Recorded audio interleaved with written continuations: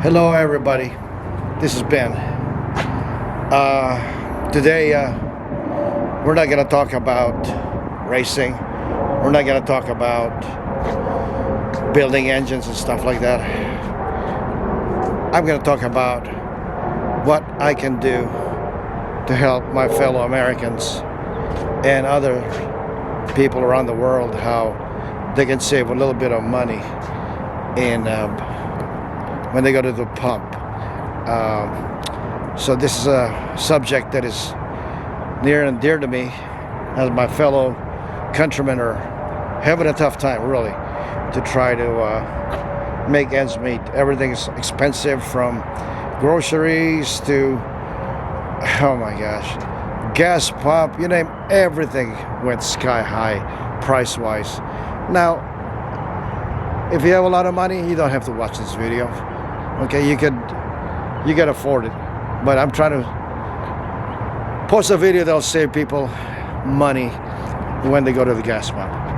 Now here we go. Let me start with this. You're looking at a BMW. All right, this one requires 91 octane gas. That's fine. That is what it needs. That one there, the Raptor, requires high octane gas. And when we flip to here, my trusty, as ever, always running Honda Fit, that runs 87. Completely a lot cheaper. You know, you're looking at quite a bit of change difference between 87 to 91 octane or 93. Now let's start with this car. It is very important to note that when you live in LA or anywhere it's close to sea level, sure, run the gas that the manufacturer specifies for your car. Okay, so that's really the best thing. You don't have to worry about issues in regards to engine performance, or is it going to damage my motor when I run cheaper gas? Not necessarily, and I will tell you why. All right, now that being said,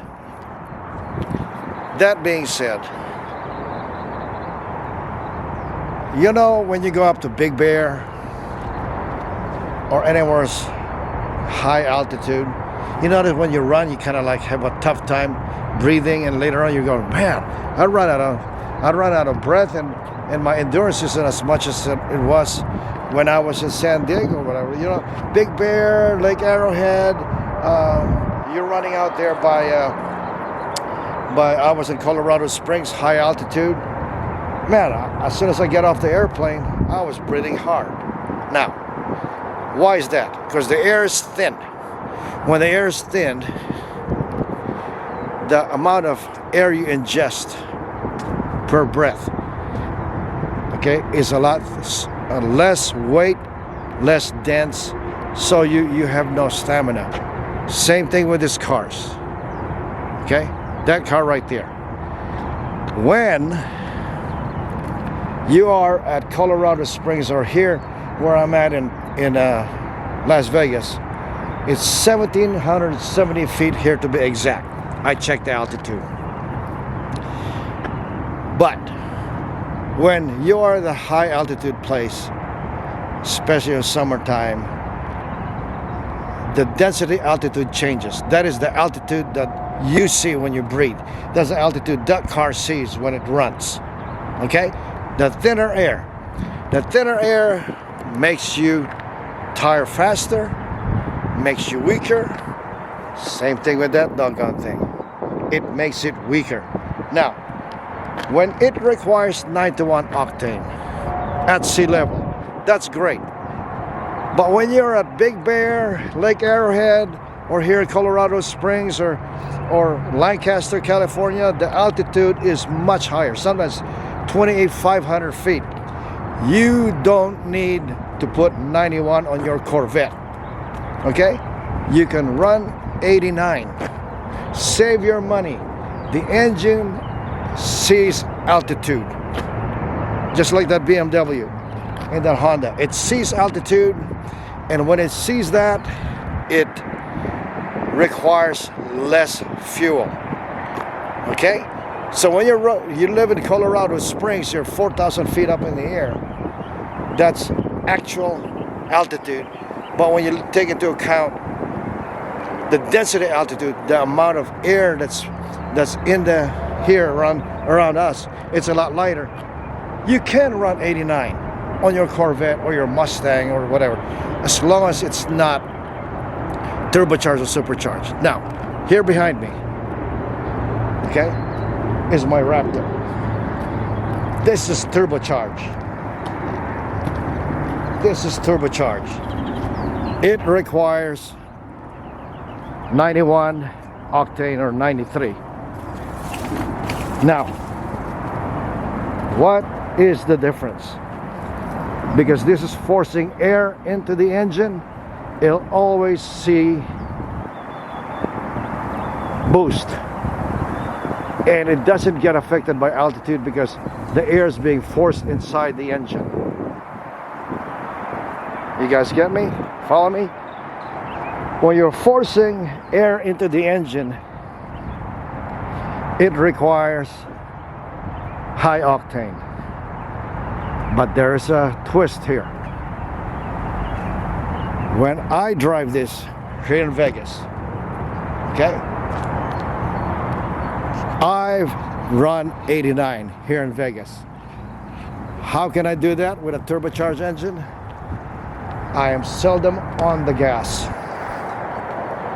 Okay, I am seldom on the gas, and I'm not mashing the pedal trying to create boost.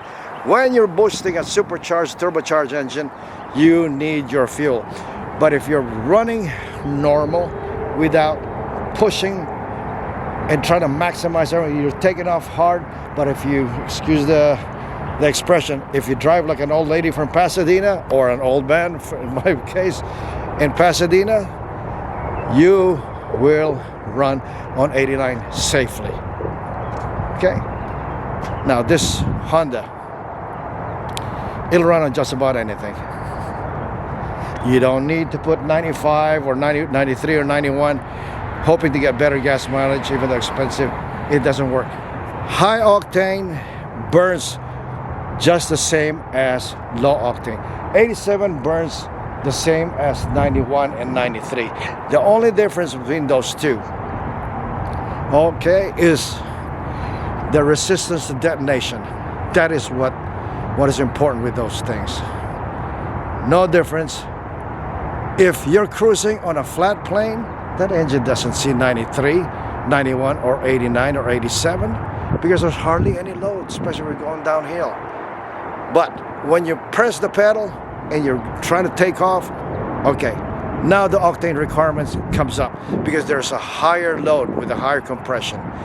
But if you have higher load or medium load or low load and you're at high altitude, why burn 91 octane? I tell my friends with Mustangs and all their cars, high performing cars, you know, Hypo, Lexus, whatever, BMW, they freaked out when I put 89 here. Okay? It is okay. The engine, just like when you are up at Big Bear or Lancaster, you run, you go, oh man, I'm running out of breath. Sure, air is thin. You're not ingesting a lot in your lungs, just like that. It's high compression, it's squishing the air and fuel mix. But if there's hardly anything to squish, why go high octane? Run 89. Okay? And you know, it's sad we are buying oil from other countries when we have oil right here where we sit or where we stand. We got lots of oil. Why are we buying oil from other countries that hate us? What is more climate friendly? Digging in the United States, distributing the oil through the pipeline, or buying it from the Middle East and Russia, and at the same time getting millions of barrels of oil in a ship going 30 knots for a month to 2 months to get to the United States. Does that even make sense? Does that even make sense? You're burning diesel on a big ship to bring oil to America, whereas the other alternative is we have oil coming in through a pipeline. They said they stopped the pipeline because of climate concern. Is there more concerning when you're looking at your oil being transported by ship as opposed to a pipeline, and eventually from the ship onto the dock to a truck to be trucked, again spending gas and carbon emissions going straight through the different refineries? Don't make any sense. Okay? And lastly, with all this stuff going on in Ukraine, we are complicit in buying oil from Russia. We are paying for that man, that crazy man, or that crazy leader's adventures. He could not afford all that. When we shut our pipeline down, our gas got expensive, and then we're paying for that fool to go rob Ukraine. How can that be smart? Amazing. And we refuse to open up our oil. Anyway, guys, sorry. Okay, in closing, just because you have a nice truck like this, you know, that you got to run 91 octane, I run a turbocharged. I got this from the factory like this. I didn't do any changes on this truck. It is the way it comes from the factory. It's 490 horse, a little short of 500, and I have run 89.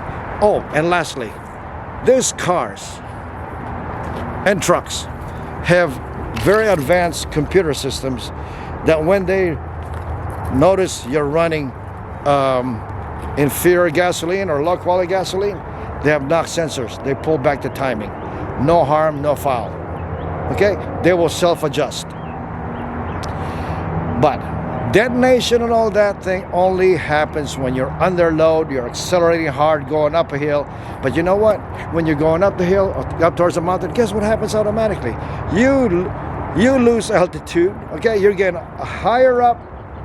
Okay? You're thinking, man, I need high octane fuel. But guess what? As soon as you're climbing up, just like here when I leave Las Vegas, the first hill past state line is 4,500 feet. Okay? That's static altitude. We didn't even take into consideration what's the actual density altitude for that day. Now, when you do that, you're going up the grade, you're losing altitude, and as long as you're not floored and you're not pulling a heavy trailer, or just like the BMW, I'm climbing up, but I'm climbing easy. I'm not forcing anything. I'm not trying to race the next guy. I'm just cruising going up the hill. I'm losing altitude. Again, my octane fuel requirements get less. Okay? So please, well, I should even beg you guys, just think. When you go up next to the pump. Now, you live in LA, that's fine. Run your 91.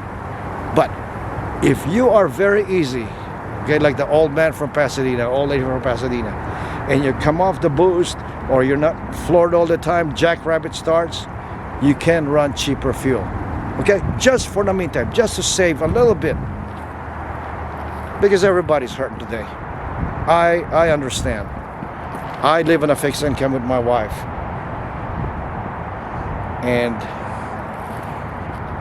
it pains me watching social media. You know, everybody's just like, what in the world? Everything's expensive. Everything I buy is expensive. So, guys, again, run 89 if your car requires 91 or 93. Okay? Run 87 if your car requires an 89. If you are living in a high altitude. And if you're at sea level like San Diego or Los Angeles, as long as you're not jackrabbit taking off, accelerating, if you're driving really easy, the octane requirements are dropped. Okay, guys? I hope this comes in clear. I'm not trying to preach to anybody. I'm just trying to help you guys save some money. Okay? So, God bless everybody. God bless America. You take care.